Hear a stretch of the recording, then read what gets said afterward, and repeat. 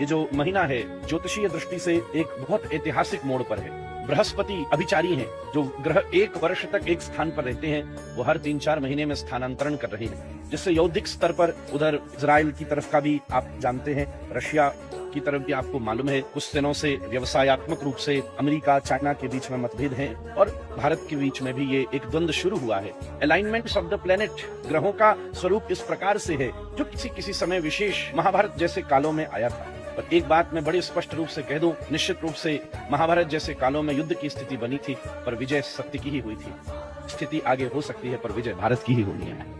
अब भारतीयों का समय आया है बंधुओं। दुनिया ने देखा है इस देश को 50 वर्ष की स्वतंत्रता के बाद अवसर मिले हैं। हमारा युवा जागरूक होकर धर्म सेवा कर रहा है, राष्ट्र सेवा कर रहा है। पूरे विश्व भर की बड़ी से बड़ी कंपनी में ऊंचे से ऊंचे पद के ऊपर भारतीय व्यक्ति प्रतिष्ठित है।